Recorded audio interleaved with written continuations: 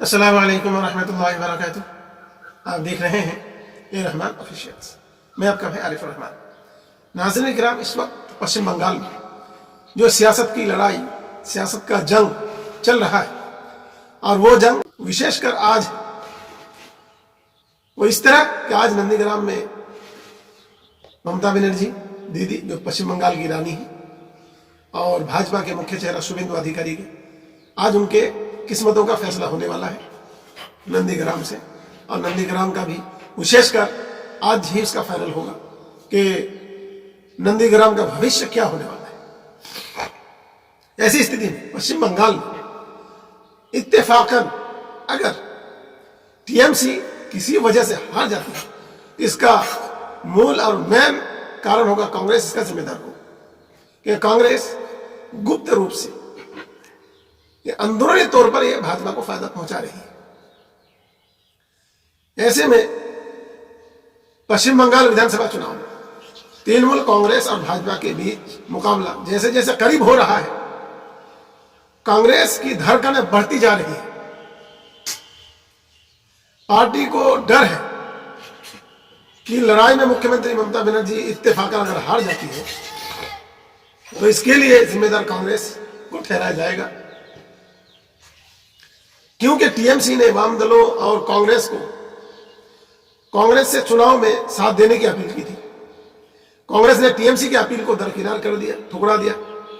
वाम दलों के साथ मिलकर फुरफुरा शरीफ के पीरजादा को साथ लेकर उन्होंने आईएसएफ को साथ लेकर गठबंधन किया, ताकि मुस्लिम बहुल इलाकों में और मुस्लिम वोटों को ज्यादा से ज्यादा हासिल किया जा सके। तो हालांकि अभी यह कहना मुश्किल है कि मुस्लिम वोट किस तरफ वोट करेगा, पर मुसलमानों के वोटों को, अगर वोटों की बंटवारे में कामयाब हो जाते हैं लोग, तो सबसे ज्यादा जो नुकसान है वो पश्चिम बंगाल की टीएमसी कांग्रेस को है। उसका झटका दीदी को सहना पड़ेगा।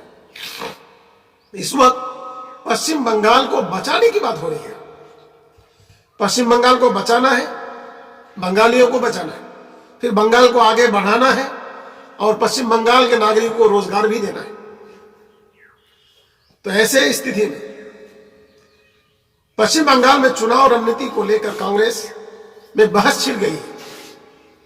कई नेता मानते हैं कि स्थिति को समझते हुए पार्टी को ममता का आग्रह स्वीकार करना चाहिए था और टीएमसी का साथ देना चाहिए था। ऐसे में कांग्रेस ने लेफ्ट पार्टी और इंडियन सेकुलर फ्रंट को अपने साथ किया और इलेक्शन लड़ रही है। जैसे में आप देख सकते हैं, वर्ष 2011 में चुनाव में कांग्रेस टीएमसी के साथ गठबंधन में 66 सीट पर चुनाव लड़कर 42 सीटें जीती थी, और 2016 में वाम दलों के साथ 92 सीट पर चुनाव लड़कर 44 सीट जीत गई थी। तो वरिष्ठ नेताओं का कहना है कि अभी तक सांसद असदुद्दीन अवीसी को वोट कटवा कहा जाता था, और इस वक्त पश्चिम बंगाल में अगर इत्तेफाक से टीएमसी को हार का सामना करना पड़े, जैसे कि धांधलियों की बात सामने आ रही है कि वोट दे रही है टीएमसी को और जा रहा है भाजपा का बटन जल रहा है, और इस पर आप आवाज उठाते हैं, हंगामा करते हैं, तो सबसे ज्यादा दुखदायी और दुख भरी दास्तान बयान करने की जगह आपको नहीं मिलेगी, क्योंकि निर्वाचन कमीशन एक तरफा कार्रवाई कर रही है। सूद या साइड गोली मार दिया जाएगा। लोग डर रहे हैं, खौफ वहशत में जी रहे हैं, वोट देने जाए या ना जाए, जाए या ना जाए, क्योंकि जो सेंट्रल गवर्नमेंट की तरफ से जो सेना बाहिनी भेजी गई है उसको गोली चलाने का आदेश दिया गया है। ऐसे स्थिति में बंगाल के लोग, या यूं कह ले कि तृणमूल कांग्रेस ममता दीदी के सपोर्टर, उनके कार्यकर्ता, उनके लोग बहुत खौफ में जी रहे हैं। इससे ज्यादा अफसोस क्या होगा, निर्वाचन कमीशन गोली मारने का आदेश देता है। ऐसे क्या नौबत आई? क्या निर्वाचन कमीशन को पूरे भारत की आवाज को दिखाई नहीं देता या सुनाई नहीं देता, या निर्वाचन कमीशन के लोग गूंगे हैं, बहरे हैं? क्या है? सोचने की बात है। जब पूरे भारत में ईवीएम बहिष्कार की बात होती है तो निर्वाचन कमीशन कानों में कपड़े ठूंस कर और आंखों में पट्टी डालकर सो जाती है और इलेक्शन के दौर पर एक पार्टी को अंदरूनी तौर पर जिताने की कोशिश कर रही है और गोली मारने का आदेश जारी कर दिया। कितना अफसोस की बात है। तो ऐसे उटपटांग फैसलों से लोग खौफ और वहशत में जी रहे हैं। अब यह सोचने का मकाम है कि इत्तेफाक से अगर जैसे वोटों में धांधली हो रही है और जो पूरे भारत का जो नजर है विपक्ष, जिसको कहते हैं सांसद पार्लियामेंट में जो विपक्ष होता है, उसका मूल रूप होता है, और इसमें सबसे बड़ा चेहरा पश्चिम बंगाल की सीएम ममता बनर्जी दीदी होती है। अगर दीदी इत्तेफाकन से किसी भी तरह से हार जाती है तो विपक्ष के जीत हो जाएगा, विपक्ष मर जाएगा, खत्म हो जाएगा विपक्ष। फिर जैसे आप देखते हैं अपनी मनमानी कानून पास करना, लागू करना, कुछ समझना नहीं, कुछ मिलाना नहीं, तो फिर वही मनमानी खुलेआम होगा, कोई रोकने टोकने वाला भी नहीं। भारत का भविष्य भाड़ में चले जाएगा, जहन्नम में चले जाएगा। वो कहावत है ना, भाजपा के नेता लोग कहते हैं, भाजपा के सपोर्टर कहते हैं कि अपना काम बनता तो भाड़ में जाए जनता। तो यही वाली कहावत सच साबित होगी और देश का बुरा हाल तो ऐसे भी है और पूरे पश्चिम बंगाल को वीरान बनाने में सबसे ज्यादा अहम रोल होगा भारतीय जनता पार्टी का। क्योंकि इस वक्त भारतीय जनता पार्टी से जो भी आवाज उठाने की कोशिश किया है उसके नीतियों के खिलाफ या तो उसको साइड कर दिया गया या किसी मुकदमे में डाल दिया गया, उसको किसी भी तरह से ऐसे इसमें डाल दिया जाता है कि वो गुमनाम की जिंदगी जीने पर मजबूर हो जाता है।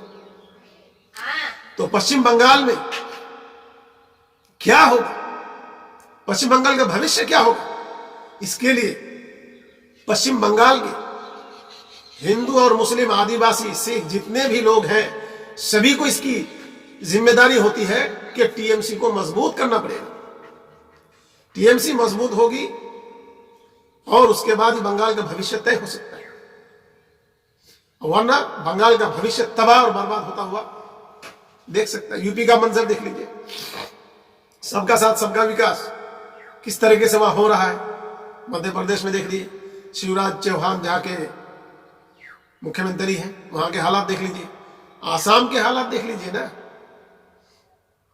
अरे भाई, जिस तरीके से रावण का जो जीव था ना, लोग कहते हैं ना उसका जीव नाभि में था, नाभि में, तो भारतीय जनता पार्टी का जीव ईवीएम में घुसा हुआ है। इसलिए पश्चिम बंगाल के लोगों को सोचना पड़ेगा, सोच बूझ कर ही वोट करना पड़ेगा। और जो लोग टीएमसी से दूरी इख्तियार कर रहे हैं, टीएमसी के कार्यकर्ताओं के दुर्व्यवहार की वजह से, तो आपने टीएमसी के नेताओं को चाहिए कि अपने अखलाक और अपने बोलचाल, अपने व्यवहार में सुधार करें, लोगों को पार्टी से जोड़े।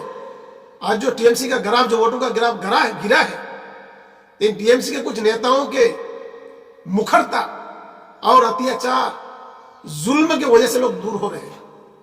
तो इन नेताओं को चाहिए कि आवाम से प्यार से मिले, प्यार से बात करें, आवाम को प्यार से अपने पक्ष में मिले और प्यार से लेकर ही वोट ले। यह तो कहना मुश्किल है कि बंगाल का भविष्य तबाह करने में भाजपा के साथ टीएमसी का भी बड़ा हाथ हो सकता है, क्योंकि इनके कार्यकर्ता जुल्म कर रहे हैं, मार धार से वोट नहीं मिलता।